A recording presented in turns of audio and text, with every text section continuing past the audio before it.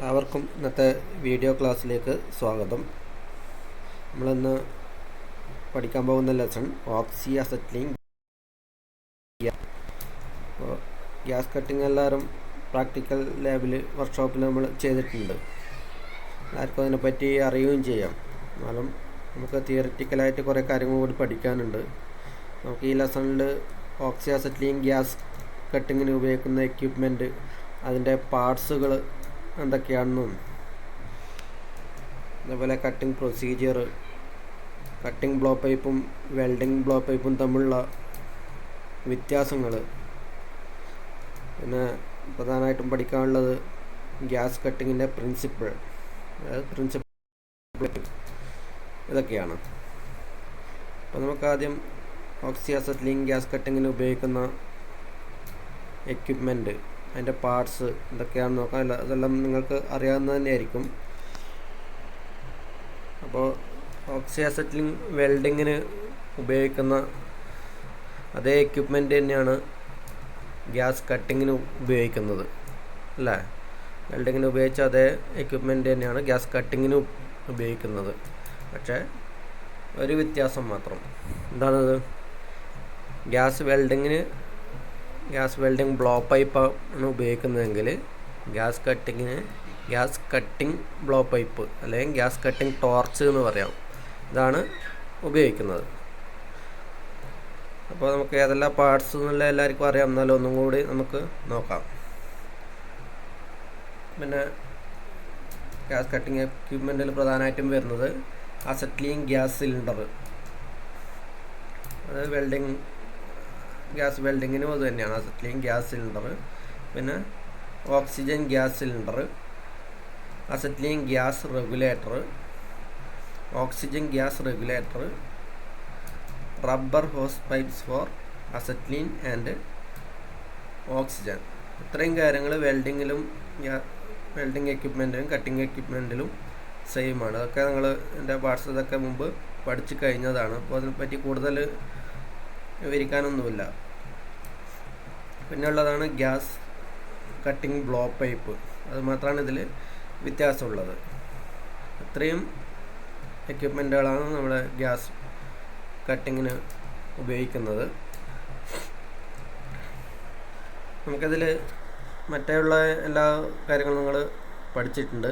അതിൽ പുതുതായിട്ട് വരുന്നത് ഗ്യാസ് കട്ടിങ് ടോർച്ചാണ്. അപ്പോൾ ടോർച്ചിനെ പറ്റി കുറച്ച് കാര്യങ്ങൾ നമുക്ക് നോക്കാം.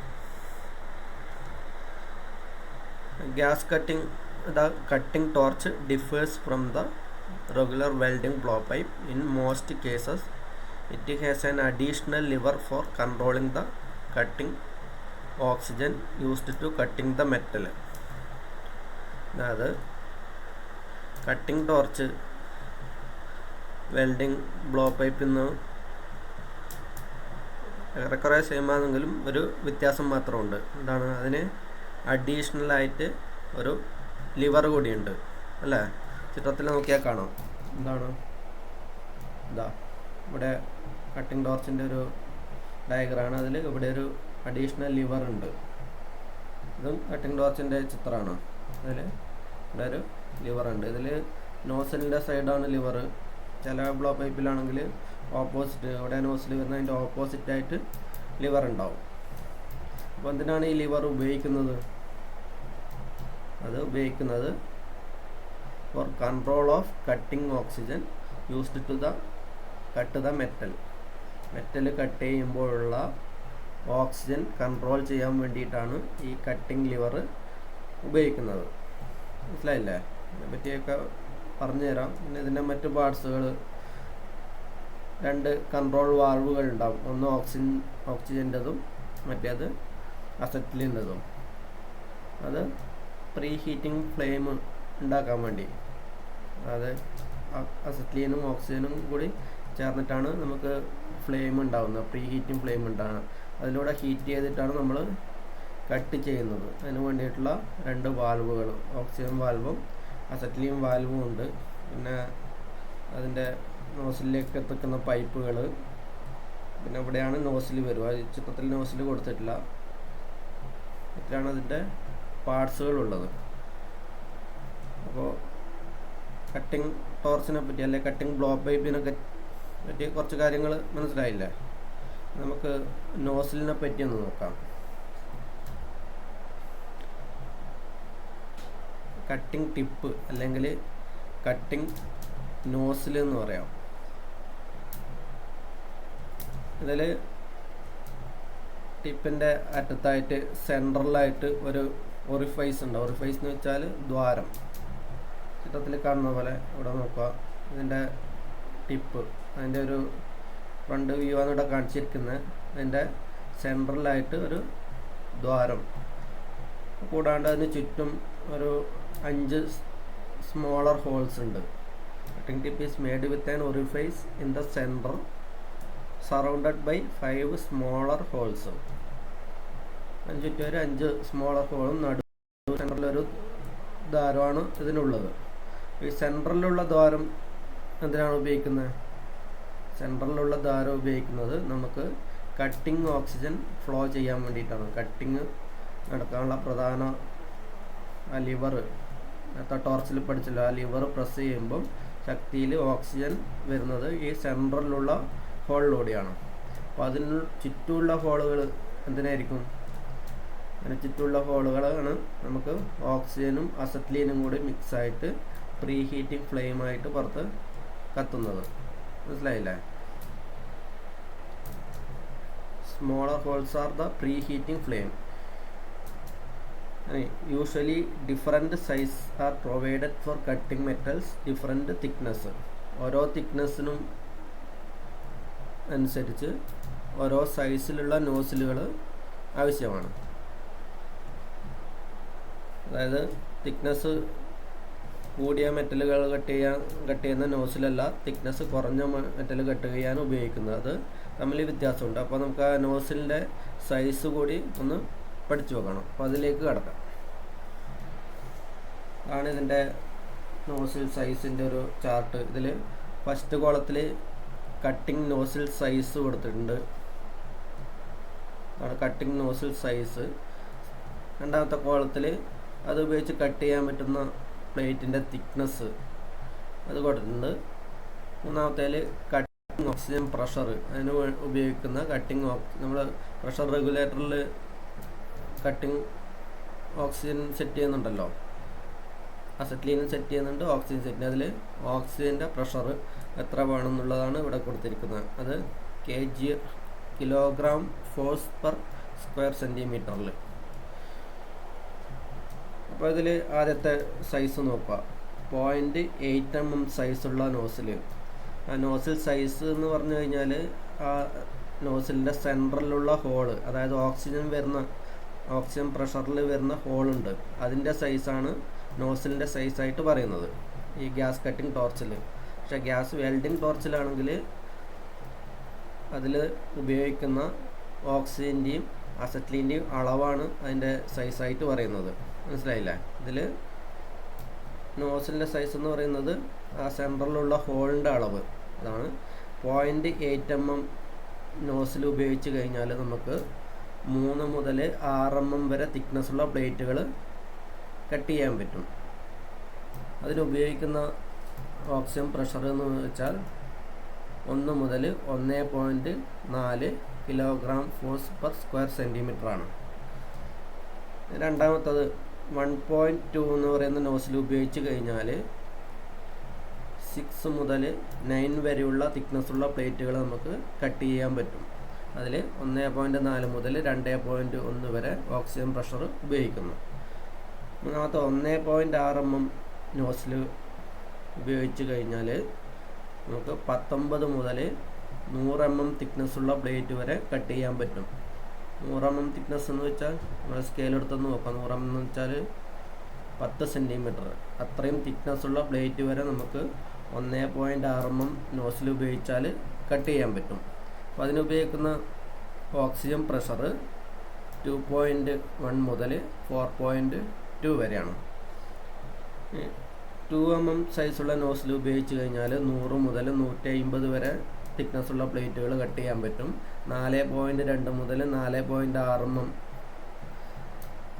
ഓക്സിജൻ പ്രഷർ ഉപയോഗിക്കണം.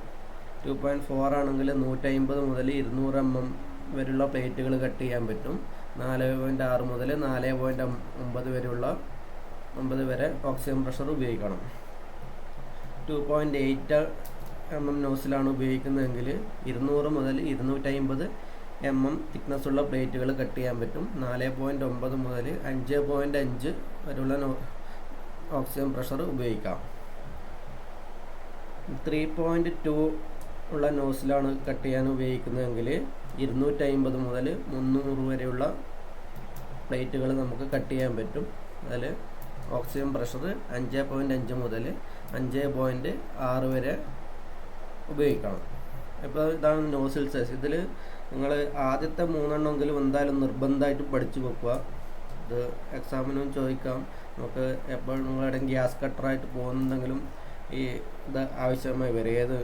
എത്രയുള്ള പ്ലേറ്റിന് ഏത് നോസിൽ ഉപയോഗിക്കണം എന്നുള്ളത് നിങ്ങൾ പഠിച്ചു വെക്കണം.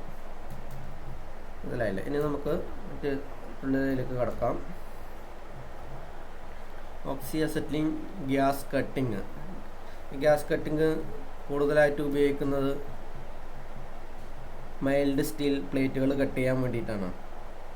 മൈൽഡ് സ്റ്റീൽ പ്ലേറ്റ് വന്ന ഫെറസ് മെറ്റൽ എന്ന് പറഞ്ഞാൽ മൈൽഡ് സ്റ്റീൽ. ഫെറസ് മെറ്റലിൽ കൂടുതലായിട്ട് കട്ട് ചെയ്യുന്നത് ഗ്യാസ് കട്ട് ചെയ്യുന്നത് മൈൽഡ് സ്റ്റീലാണ്. നമ്മൾ സാധാ കട്ട് ചെയ്യുന്ന മെറ്റൽ തന്നെ. പക്ഷേ നോൺ ഫെറസ് മെറ്റലുകൾ എന്ത് ചെയ്യാൻ പറ്റില്ല, ഗ്യാസ് കട്ടിങ് ഉപയോഗിച്ചിട്ട് നമുക്ക് കട്ട് ചെയ്യാൻ പറ്റില്ല. മൈൽഡ് സ്റ്റീൽ അല്ലെങ്കിൽ ഫെറസ് മെറ്റൽ മാത്രമേ നമുക്ക് ഈ ഓക്സിയസെറ്റിലിംഗ് ഗ്യാസ് കട്ടിങ് ഉപയോഗിച്ചിട്ട് ചെയ്യാൻ പറ്റുള്ളൂ. നോൺ ഫെറസ് ആയ aluminium, brass, copper, stainless steel അങ്ങനെയുള്ള മെറ്റലുകളൊന്നും നമുക്ക് ഗ്യാസ് കട്ടിങ് ഉപയോഗിച്ചിട്ട് കട്ട് ചെയ്യാൻ പറ്റില്ല. അതിന് വേറെ പലതരം മെത്തേഡുകളുണ്ട്. ലേസർ കട്ടിങ്, പ്ലാസ്മ കട്ടിങ്, അങ്ങനെ പലതരമുള്ള മെത്തേഡ് കൊണ്ടാണ് മറ്റുള്ള മെറ്റലുകൾ കട്ട് ചെയ്യുന്നത്. അപ്പോൾ ഇത് ഓർത്ത് വെക്കുക. നമ്മൾ മൈൽഡ് സ്റ്റീൽ പ്ലേറ്റ് മാത്രമാണ് ഓക്സിയസെറ്റിലിംഗ് ഗ്യാസ് കട്ടിങ് ഉപയോഗിച്ചിട്ട് കട്ട് ചെയ്യുന്നത്. നമുക്ക് ഗ്യാസ് കട്ടിങ്ങിൻ്റെ പ്രധാനപ്പെട്ട പ്രിൻസിപ്പിൾ, അതിൻ്റെ തത്വം, അതിലേക്ക് കടക്കാം. When a ferrous metal is heated to red hot condition and then exposed to pure oxygen, a chemical reaction takes place between the heated metal and oxygen. Due to this oxidation reaction, a large amount of heat is produced and cutting action take place. എന്ന് പറഞ്ഞു കഴിഞ്ഞാൽ നമ്മളൊരു ferrous metal red hot condition വരെ ഹീറ്റാക്കി കഴിഞ്ഞാൽ, red ഹോട്ടെന്ന് ചുട്ടുപഴുത്ത് red hot condition വരെ ഹീറ്റാക്കി കഴിഞ്ഞാൽ അതിൻ്റെ കൂടെ നമ്മൾ പ്യുവർ ഓക്സിജൻ അതിൻ്റെ മുകളിലേക്ക് കടത്തി വിട്ട് കഴിഞ്ഞാൽ ഒരു കെമിക്കൽ റിയാക്ഷൻ നടക്കുകയും ഈ മെറ്റലിനും ഓക്സിജനും ഇടയിൽ ഒരു കെമിക്കൽ റിയാക്ഷൻ നടക്കുകയും അവിടെ ഓക്സിഡേഷൻ സംഭവിക്കുകയും ചെയ്യും. അങ്ങനെ സംഭവിക്കുമ്പോൾ ഒരു വളരെ വലിയൊരു ഹീറ്റ് ഉണ്ടാവുകയും കട്ടിങ് ആക്ഷൻ നടക്കുകയും ചെയ്യും. മനസ്സിലായില്ലേ? എന്താണ് ഒന്നുകൂടി പറയാം. ഒരു ferrous metal red hot condition വരെ ചൂടാക്കി കഴിഞ്ഞാൽ, ചുട്ട് പഴുപ്പിച്ച് കഴിഞ്ഞാൽ അതിൻ്റെ മുകളിലേക്ക് പ്യുവറായിട്ടുള്ള ഓക്സിജൻ കടത്തി വിട്ടാൽ അവിടെ കെമിക്കൽ റിയാക്ഷൻ നടക്കും. അതായത് അയൺ മെറ്റലിലുള്ള അയൺ ഓക്സൈഡുമായിട്ട് സംയോജിച്ച് അയൺ ഓക്സൈഡ് ഒരു കെമിക്കൽ റിയാക്ഷനാണ് അവിടെ നടക്കുന്നത്. അയൺ ഓക്സൈഡായിട്ട് മാറും. അങ്ങനെ കെമിക്കൽ റിയാക്ഷൻ നടക്കുന്ന സമയത്ത് അതിൽ large amount of heat generate ചെയ്യും. വളരെ വലിയൊരു ഹീറ്റ് കൂടി ഉണ്ടാവും. ആ ഹീറ്റിൻ്റെ ഫലമായിട്ട് ഈ ഓക്സൈഡുകൾ എന്താവും, മെൽട്ടായിട്ട് ഓക്സിജൻ്റെ ഫോഴ്സിൽ അങ്ങ് തെറിച്ച് പോവുകയാണ് ചെയ്യുന്നത്. അതാണ് ഈ ഗ്യാസ് കട്ടിങ്ങിൻ്റെ പ്രിൻസിപ്പിൾ എന്ന് പറയുന്നത്. ഒന്നുകൂടി കേട്ട് മനസ്സിലാക്കുക. അതിൻ്റെ ബാക്കി കൂടി നമുക്ക് ഒരു ഉദാഹരണത്തിലൂടെ നോക്കാം. നമ്മളൊരു പീസ് ഓഫ് വയർ എടുത്തിട്ട് മെറ്റൽ, അതായത് MS-ൻ്റെ ഒരു പീസോ റോഡോ ഒരു പീസോ എടുത്തു കഴിഞ്ഞിട്ട് അതിൻ്റെ അറ്റം നല്ല റെഡ് ഹോട്ടാകുന്ന വരെ ചൂടാക്കുക. നല്ല ചുട്ട് പഴുപ്പിച്ച് കഴിഞ്ഞിട്ട് ഒരു കണ്ടെയ്നറിൽ, ഓക്സിജൻ നിറച്ച ഒരു കണ്ടെയ്നറിൽ പെട്ടെന്ന് താഴ്ത്തി കഴിഞ്ഞാൽ അതിൻ്റെ അറ്റം വളരെ പെട്ടെന്ന് തന്നെ കത്തിപ്പോകുന്നതും അത് കംപ്ലീറ്റ് ആയിട്ട് ഓക്സിഡായിട്ട് പോകുന്നതും കാണാം. മനസ്സിലായില്ലേ? അതായത് ഒരു കണ്ടെയ്നറിൽ ഓക്സിജൻ നിറച്ചൊരു കണ്ടെയ്നർ എടുക്കുക. അതിലേക്ക് ഒരു മെറ്റൽ വയർ അറ്റം ചുട്ട് പഴിപ്പിച്ച ഒരു മെറ്റൽ വയർ എടുത്ത് അതിലേക്ക് താഴ്ത്തി കഴിഞ്ഞാൽ ആ ചുട്ട് പഴിപ്പിച്ച അത്രയും ഭാഗം പെട്ടെന്ന് തന്നെ കത്തി ഇല്ലാതായി പോകുന്ന കാണാം. അതാണ് ഗ്യാസ് കട്ടിങ്ങിൻ്റെ അത് തന്നെയാണ്, ഈ പ്രിൻസിപ്പിൾ തന്നെയാണ് ഗ്യാസ് കട്ടിങ്ങിന് നമുക്ക് ഉപയോഗത്തിലായിട്ട് വരുന്നത്. Similarly in oxyacetylene cutting combination of the red hot metal and pure oxygen causes rapid burning and iron is changed to iron oxide. അതായത് ഓക്സിഡേഷനാണ് അവിടെ സംഭവിക്കുന്നത്. അയേൺ ഓക്സിജനുമായിട്ട് യോജിച്ച് അയേൺ ഓക്സൈഡായിട്ട് മാറുന്നു. അപ്പോൾ തന്നെ കുറേ ഹീറ്റ് കൂടി ഉണ്ടാകുന്നു. അതിൻ്റെ ഫലമായിട്ട് അതങ്ങ് ഒരു നിമിഷ നേരം കൊണ്ട് അത് കത്തിയിട്ട് ഇല്ലാതാവുന്നു. അപ്പോൾ ഈ പ്രോസസ്സ് നമുക്ക് ഓക്സിഡേഷൻ എന്ന് പറയുന്ന പ്രോസസ്സ് നമുക്ക് കണ്ടിന്യൂസ് ആയിട്ട് കൊണ്ടുപോകാൻ കഴിഞ്ഞാൽ നമുക്ക് ഒരു മെറ്റൽ കണ്ടിന്യൂസ് ആയിട്ട് വളരെ പെട്ടെന്ന് തന്നെ കട്ട് ചെയ്യാൻ പറ്റും. അപ്പോൾ ഇതിലുണ്ടാകുന്ന അയേൺ ഓക്സൈഡിന് അതിൻ്റെ വെയിറ്റ് എന്ന് പറയുന്നത് ബേസ് മെറ്റലിനേക്കാളും വളരെ വളരെ കുറവായിരിക്കും. ബേസ് മെറ്റലിന് അത്രയൊന്നും വെയിറ്റ് ഉണ്ടാവില്ല, വളരെ കുറവായിരിക്കും ഇതിൻ്റെ ഓക്സൈഡ് എന്ന് പറയുന്നത്. കൂടാതെ ഈ ഓക്സൈഡ് എങ്ങനെയായിരിക്കും? മോൾട്ടൺ കണ്ടീഷനിലായിരിക്കും. അതിന് നമുക്ക് സ്ലാഗ് എന്ന് പറയാം. ആർക്ക് വെൽഡിങ്ങിൽ പറയുന്ന സ്ലാഗ് പോലെയല്ല, ഇത് ഗ്യാസ് വെൽഡിങ്ങിലുള്ള മോൾട്ടൺ ഓക്സൈഡിനെ നമുക്ക് സ്ലാഗ് എന്ന് വിളിക്കാം. അപ്പോൾ ഈ സ്ലാഗ് മോൾട്ടൺ കണ്ടീഷനിലായിരിക്കും. അതേസമയം വെയിറ്റ് എന്ന് പറയുന്നത് ബേസ് മെറ്റലിനേക്കാളും വളരെ കുറവായിരിക്കും. അപ്പോൾ ഈ കട്ടിംഗ് ടോർച്ചിൽ നിന്ന് വരുന്ന ശക്തിയിൽ വരുന്ന ഓക്സിജൻ ഈ മോൾട്ടൺ സ്ലാഗ് അടിക്കുകയും ആ മോൾട്ടൺ സ്ലാഗ് അതിൻ്റെ കട്ട് ചെയ്ത ഗ്യാപ്പിലൂടെ അങ്ങ് തെറിച്ച് പോവുകയും ചെയ്യുന്നു. അങ്ങനെയാണ് നമുക്ക് ഈ ഗ്യാസ് കട്ടിങ് സംഭവിക്കുന്നത്. മനസ്സിലായില്ലേ? ഓക്സിഡേഷൻ സംഭവിക്കുന്നു എന്ന് പറഞ്ഞു. അതിൻ്റെ പ്രിൻസിപ്പിളിൽ നമ്മൾ പറഞ്ഞു എന്ത്, റെഡ് ഹോട്ടായ ഒരു മെറ്റലിലേക്ക് ശക്തിയിൽ ഓക്സിജൻ പ്രവേശിക്കുമ്പോൾ അത് അയൺ ഓക്സൈഡായിട്ട് മാറുന്നു. അതിൻ്റെ ഫലമായിട്ട് ഒരു വലിയൊരു ഹീറ്റ് കൂടി അവിടെ ഉണ്ടാകുന്നു. അപ്പോൾ ഈ ഹീറ്റിൻ്റെ ഫലമായിട്ട് എന്താവും? ഈ അയൺ ഓക്സൈഡെല്ലാം മോൾട്ടൺ കണ്ടീഷനിലാണ് ഉണ്ടാവുക. അതിന് വെയിറ്റ് കുറവായിരിക്കും. അപ്പോൾ അതിലേക്ക് ഈ ശക്തിയിലുള്ള ഓക്സിജൻ നോസിൽ നിന്ന് വരുന്ന നോട്ടിലെ സെൻട്രൽ ഹോളിൽ നിന്ന് വരുന്ന ശക്തിയിലുള്ള ഓക്സിജൻ അതിലേക്ക് അടിക്കുകയും അതങ്ങ് മോൾട്ടൺ ഓക്സൈഡ് അങ്ങ് തെറിച്ച് പോവുകയും ചെയ്യുന്നു. അതിൻ്റെ ഫലമായിട്ട് അവിടെ ഒരു ഗ്യാപ്പ് ഉണ്ടാവുന്നു. അതാണ് നമ്മൾ കട്ട് ചെയ്യുന്ന ആ ഗ്യാപ്പ്. ആ ഗ്യാപ്പിന് പറയുന്ന പേരാണ് കർഫ്. താഴെ കൊടുത്ത എഴുതിയിട്ടാണ് KERF, കർഫ് എന്ന് പറയുന്നത്. അത് എക്സാമിന് ചോദിക്കാറുണ്ട്. ഗ്യാസ് കട്ട് ചെയ്ത് കഴിഞ്ഞാൽ അതിൻ്റെ ആ ഗ്യാപ്പിന് പറയുന്ന പേരെന്താണ്? അതിന് പറയുന്ന പേരാണ് കർഫ് എന്ന്. അത് ഓർത്ത് വെക്കുക. അപ്പോൾ ഇതാണ് എന്ത്, ഗ്യാസ് കട്ടിങ്ങിൻ്റെ പ്രിൻസിപ്പിൾ എന്ന് പറയുന്നത്. അപ്പോൾ നമുക്കിനി കട്ടിങ് ഓപ്പറേഷൻ നോക്കാം. ഈ കട്ടിങ് ഓപ്പറേഷനിൽ മെയിനായിട്ട് 2 ഓപ്പറേഷൻ നടക്കുന്നുണ്ട് അല്ലേ? 2 പ്രവർത്തനം നടക്കുന്നുണ്ട്. ഓക്സിയാസിറ്റിലിംഗ് ഗ്യാസ് കട്ടിങ്ങിൽ 2 പ്രവർത്തനം നടക്കുന്നുണ്ട്. ഏതൊക്കെയാണ്? ഒന്നാമത്തത് ഒരു പ്രീ ഹീറ്റിംഗ് ഫ്ലെയിം ഉണ്ട്. ആ ഫ്ലെയിം ഉപയോഗിച്ചിട്ട് നമ്മൾ എന്ത് ചെയ്യും? മെറ്റലിനെ റെഡ് ഹോട്ട് കണ്ടീഷനിൽ എത്തിക്കും. അതിന് അല്ലെങ്കിൽ ഇഗ്നിഷൻ പോയിന്റ് എന്ന് പറയാം അല്ലേ? നിങ്ങൾ ക്ലാസ്സിൽ പ്രാക്ടിക്കൽ വർക്ക്ഷോപ്പിൽ ചെയ്തിട്ടുണ്ട്. ആദ്യം എന്താ ചെയ്തത്? മെറ്റലിന് നമ്മൾ ആദ്യം തന്നെ പ്രഷർ കൊടുത്തിട്ടില്ല. പ്രഷർ കൊടുക്കുന്നതിന് മുന്നേ മെറ്റലിൻ്റെ MS പ്ലേറ്റിൻ്റെ അറ്റത്ത് വെച്ച് ആദ്യം ഒന്ന് ഹീറ്റാക്കി, എന്നിട്ട് ഒരു റെഡ് ഹോട്ട് കണ്ടീഷനിലെത്തുമ്പോഴാണ് നമ്മൾ ലിവർ പ്രസ് ചെയ്തത്. ലിവർ പ്രസ് ചെയ്യുമ്പോഴാണ് കട്ടിങ് തുടങ്ങുന്നത്. അപ്പോൾ ആദ്യം ഒരു പ്രീ ഹീറ്റിംഗ് ഫ്ലെയിം അത് ഉപയോഗിച്ചിട്ട് റെഡ് ഹോട്ട് കണ്ടീഷനിൽ എത്തിക്കുന്നുണ്ട്.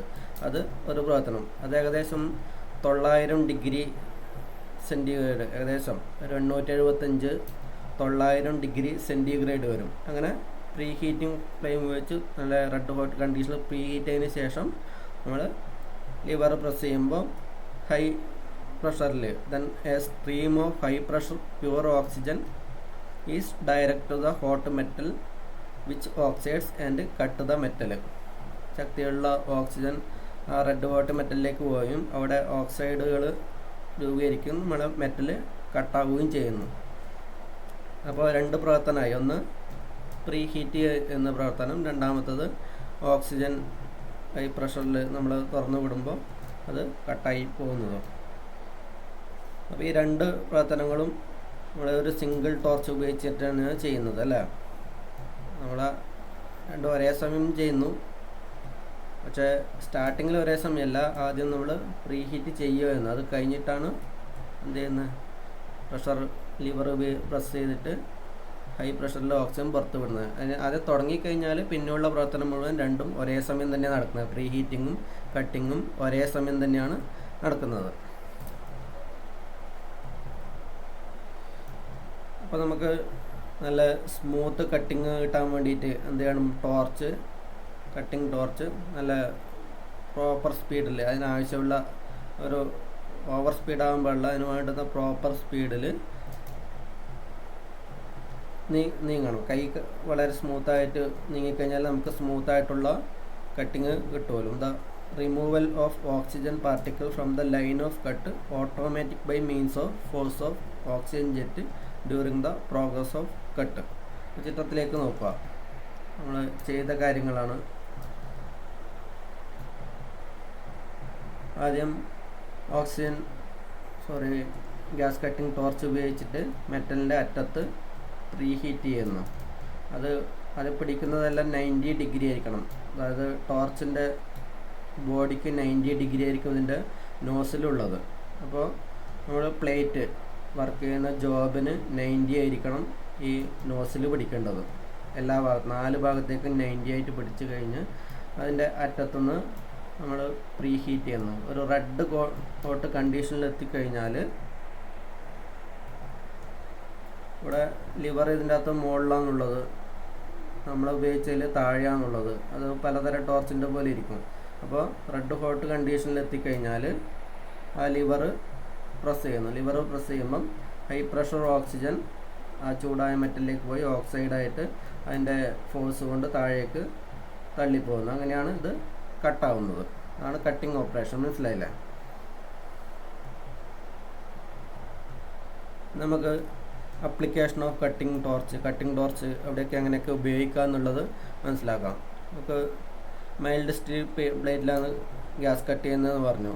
അത് നമുക്ക് 4 mm 3 mm മുതലൊക്കെ തുടങ്ങാം. 3 mm തിക്നെസ് അല്ലെങ്കിൽ 4 mm തിക്നെസ്സിന് അതിന് മുകളിലോട്ടുള്ള പ്ലേറ്റുകൾ നമുക്ക് എന്ത് ചെയ്യാം, ഗ്യാസ് കട്ടിങ് ടോർച്ച് ഉപയോഗിച്ചിട്ട് കട്ട് ചെയ്യാം. 3 mm കുറവാണെന്ന് വെച്ചാൽ കട്ട് ചെയ്യാൻ ബുദ്ധിമുട്ടായിരിക്കും. നമ്മൾ പ്രീ ഹീറ്റിംഗ് ഫ്ലെയിം ഉപയോഗിക്കുമ്പോൾ തന്നെ നല്ലോണം ഹീറ്റായിട്ട് ഉരുകിയിട്ട് അങ്ങനെ കട്ടിങ് ശരിയായിട്ട് നടക്കില്ല. അപ്പോൾ ഒരു 3-4 mm മുതലാണ് നമുക്കിത് കട്ട് ചെയ്യാൻ പറ്റുന്നത്. അത് നമുക്ക് എത്രത്തോളം ഫുൾ സ്ട്രെയിറ്റ് ആയിട്ട് കട്ട് ചെയ്യാം, അല്ലെങ്കിൽ ടോർച്ച് പിടിക്കുന്നതിനനുസരിച്ച് പല ആംഗിളിൽ കട്ട് ചെയ്യാം. അതേപോലെ തന്നെ പ്ലേറ്റിൻ്റെ അരികുകൾ ബെവൽ ചെയ്യാൻ ഉപയോഗിക്കാം. നമ്മൾ സ്ട്രെയിറ്റ് കട്ട് ചെയ്തിട്ടുണ്ട്, ബെവൽ കട്ട് ചെയ്തിട്ടുണ്ട് അല്ലേ, ബെവൽ കട്ട് ചെയ്യാൻ ഉപയോഗിക്കാം, സർക്കിൾ കട്ട് ചെയ്യാൻ ഉപയോഗിക്കാം. പിന്നെ ഏത് കർവ്ഡ് പ്രൊഫൈൽ ഉപയോഗിച്ച് നമുക്ക് കട്ട് ചെയ്യാനും പറ്റും. ഏത് ഷേപ്പിൽ കട്ട് ചെയ്യാനും ഒക്കെ നമുക്ക് ഗ്യാസ് കട്ടിംഗ് ടോർച്ചുകൾ ഉപയോഗിക്കാം. കൂടാതെ ഗ്യാസ് കട്ടിംഗ് ടോർച്ചുകൾ തന്നെ ഒരു കോമ്പസ് ബോളിലെ പിന്നിൽ നിർത്തിയിട്ട് നമുക്ക് സർക്കിൾ നല്ല ഭംഗിയായിട്ട് സർക്കിൾ കട്ട് ചെയ്യാം. നമുക്ക് ഫ്രീ ഹാൻഡിലല്ലാതെ ഇത് കറക്കിക്കൊണ്ട് ഭംഗിയായിട്ട് സർക്കിളുകൾ കട്ട് ചെയ്യാനും ഒക്കെ നമുക്ക് ഈ ഗ്യാസ് കട്ടിംഗ് ടോർച്ച് ഉപയോഗിക്കാൻ പറ്റും. അപ്പോൾ വളരെ ശ്രദ്ധിക്കേണ്ട കാര്യം, the tip of the cutting nozzle is held at A distance of 5 to 6 5 മുതൽ 6 mm above the surface of the plate being cutting. അതായത് കട്ട് ചെയ്യാനുള്ള പ്ലേറ്റിന് ഒരു 5 mm അല്ലെങ്കിൽ 6 mm ഗ്യാപ്പിൽ വേണം നോസിൽ ഇരിക്കേണ്ടത്. അതായത് നോസിൽ നമ്മളെ വർക്ക് പീസിന് കൊണ്ടുപോയി ടച്ച് ചെയ്യാറ് അവിടെ ഉണ്ടാകുന്ന ഗ്യാപ്പ് 5 മുതൽ 6 mm ആയിരിക്കണം. അതേസമയം നമ്മൾ ഫ്ലെയിം കത്തിച്ച് കഴിഞ്ഞാൽ ഫ്ലെയിമിൽ ഇന്നർ കോൺ ഉണ്ടാവും. ഇന്നർ കോണിന് ഒരു 2-3 mm ഗ്യാപ്പ് ഉണ്ടാവും. അതേസമയം നോസിലുമായിട്ട് വർക്കിന് 5 മുതൽ 6 mm വരെ ഗ്യാപ്പ് ഉണ്ടാവും. അത് ഓർത്ത് വെക്കുക. അതും ഇടയ്ക്ക് എക്സാമിനൊക്കെ ചോദിക്കാറുണ്ട്. നോസിലും കട്ടിങ് നോസിലും വർക്ക് പീസും തമ്മിൽ വേണ്ടുന്ന ഡിസ്റ്റൻസ് അത് 5 മുതൽ 6 mm വരെ ആയിരിക്കും. അത് ഓർത്ത് വെക്കുക. നമുക്ക് കട്ടിംഗ് ടോർച്ചിൻ്റെയും ഗ്യാസ് വെൽഡിംഗ് ടോർച്ചിൻ്റെയും ഡിഫറൻസുകൾ എന്തൊക്കെയാണെന്ന് നോക്കാം. ആദ്യം കട്ടിംഗ് ബ്ലോ പൈപ്പ്. ഇതിൽ കുറേ പറഞ്ഞ കാര്യങ്ങൾ തന്നെയാണ്. A cutting blow pipe has 2 control valves to control preheating flame and lever type control valve to control the high pressure oxygen. അതായത് കട്ടിംഗ് ടോർച്ചിൽ 2 കൺട്രോൾ വാൾവുകളുണ്ട്. ഒന്ന് അത് പ്രീ ഹീറ്റിംഗ് ഫ്ലെയിമിനും ഒരു കൺട്രോൾ വാൽവ് ഉണ്ട്, അത് ഹൈ പ്രഷർ ഓക്സിജൻ കൺട്രോൾ ചെയ്യാനാണ് ഉപയോഗിക്കുന്നത്.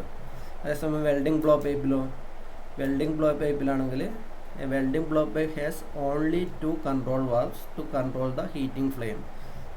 2 കൺട്രോൾ വാൽവ് മാത്രമേ ഉള്ളൂ. ഹീറ്റിംഗ് ഫ്ലെയിമിന് ഉപയോഗിക്കുന്ന 2 കൺട്രോൾ വാൽവ് മാത്രമേ വെൽഡിംഗ് ബ്ലോ പൈപ്പിൽ ഉള്ളൂ. ഇതാണ് ആദ്യത്തെ പോയിന്റ്. പിന്നെയുള്ള ഡിഫറൻസ് എന്താ? The nozzle of the cutting blow pipe has 1 hole in the center for cutting oxygen and number of holes around the circles for the preheating flame. Cutting നോസിലിൻ്റെ സെൻട്രലിൽ ഒരു cutting ഓക്സിജനുള്ള ഒരു ഹോളും പിന്നെ അതിന് ചുറ്റും കുറച്ച് ഹോളുകളാണ് എന്തുള്ള ഈ കട്ടിംഗ് ബ്ലോ പൈപ്പിൽ ഉള്ളത്. വെൽഡിംഗ് ബ്ലോ പൈപ്പിലോ the nozzle of the welding blow pipe has only 1 hole in the centre for heating flame. ആകെ ഒരു ഹോൾ മാത്രമേ ഈ വെൽഡിംഗ് ബ്ലോ പൈപ്പിൽ ഉണ്ടാവുള്ളൂ. അത് ഹീറ്റിംഗ് ഫ്ലെയിമിന് വേണ്ടി മാത്രം. അത് വേറൊരു വ്യത്യാസം. ഇനി അടുത്ത point, the angle of cutting nozzle is the body is 90 degree. അത് ഓർത്ത് നോക്കുക, അത് എക്സാമിന് ചോദിക്കാറുണ്ട്. ആംഗിൾ ഓഫ് കട്ടിംഗ് നോസിൽ, അതായത് ഇതിൻ്റെ ബോഡിക്ക് 90 ഡിഗ്രി ആയിരിക്കും ഈ നോസിലുള്ളത്. ബോഡിക്ക് 90 ഡിഗ്രി ആയിരിക്കും ഈ കട്ടിംഗ് ബ്ലോ പൈപ്പിൽ നോസിലുള്ളത്. അത് ഓർത്ത് വെക്കുക. അങ്ങനെയാണെങ്കിൽ വെൽഡിംഗ് ബ്ലോ പൈപ്പിലായിരിക്കും the angle of welding nozzle with the neck is 120 degree. 120 degree ആയിരിക്കും ബ്ലോ പൈപ്പിൻ്റെ ആംഗിൾ. ഈ ഇവിടെയുള്ള ഈ ആംഗിൾ നോക്കുക, അത് 120 ആയിരിക്കും. ഈ ആംഗിൾ അത് 120 ആയിരിക്കും അത് വെൽഡിംഗ് ബ്ലോ പൈപ്പിൽ. കട്ടിംഗ് ബ്ലോ പൈപ്പിലാണെങ്കിൽ 90 ഡിഗ്രി. അത് ഓർത്ത് വെക്കുക. അടുത്തത്, the cutting nozzle size is given by the diameter of the cutting oxygen orifice in mm. അതായത് കട്ടിംഗ് നോസിലിൻ്റെ സൈസ് പറയുന്നത് അതിൻ്റെ സെൻട്രലിലുള്ള ആ ഹോളിൻ്റെ ഡയമീറ്ററിലായിരിക്കും. മനസ്സിലായില്ലേ?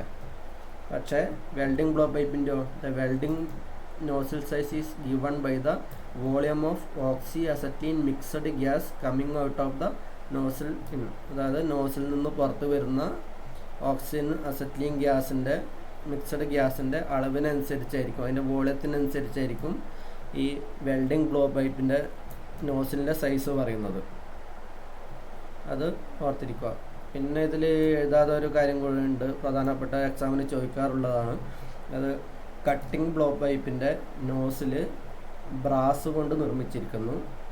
വെൽഡിംഗ് ബ്ലോ പൈപ്പിൻ്റെ നോസിൽ കോപ്പർ കൊണ്ട് നിർമ്മിച്ചിരിക്കുന്നു. അത് നിങ്ങൾ ഓർത്ത് വെക്കുക, എവിടെയെങ്കിലും നോട്ട് ചെയ്ത് വെക്കുക. അല്ലേ? കട്ടിംഗ് ബ്ലോ പൈപ്പിൻ്റെ നോസിൽ ബ്രാസ് കൊണ്ട് നിർമ്മിച്ചിരിക്കുന്നു. വെൽഡിംഗ് ബ്ലോ പൈപ്പിൻ്റെ നോസിൽ കോപ്പർ കൊണ്ട് നിർമ്മിച്ചിരിക്കുന്നു. അപ്പോൾ ഇത്രയാണ് ഇന്നത്തെ ക്ലാസ്സിലുള്ളത്. എല്ലാവരും 1-2 പ്രാവശ്യം കേട്ട് മനസ്സിലാക്കുക. ഓക്കെ, ക്വസ്റ്റ്യൻ ഞാൻ ഗൂഗിൾ ക്ലാസ് റൂമിൽ പോസ്റ്റ് ചെയ്യുക, അതിന് ആൻസർ അയക്കുക.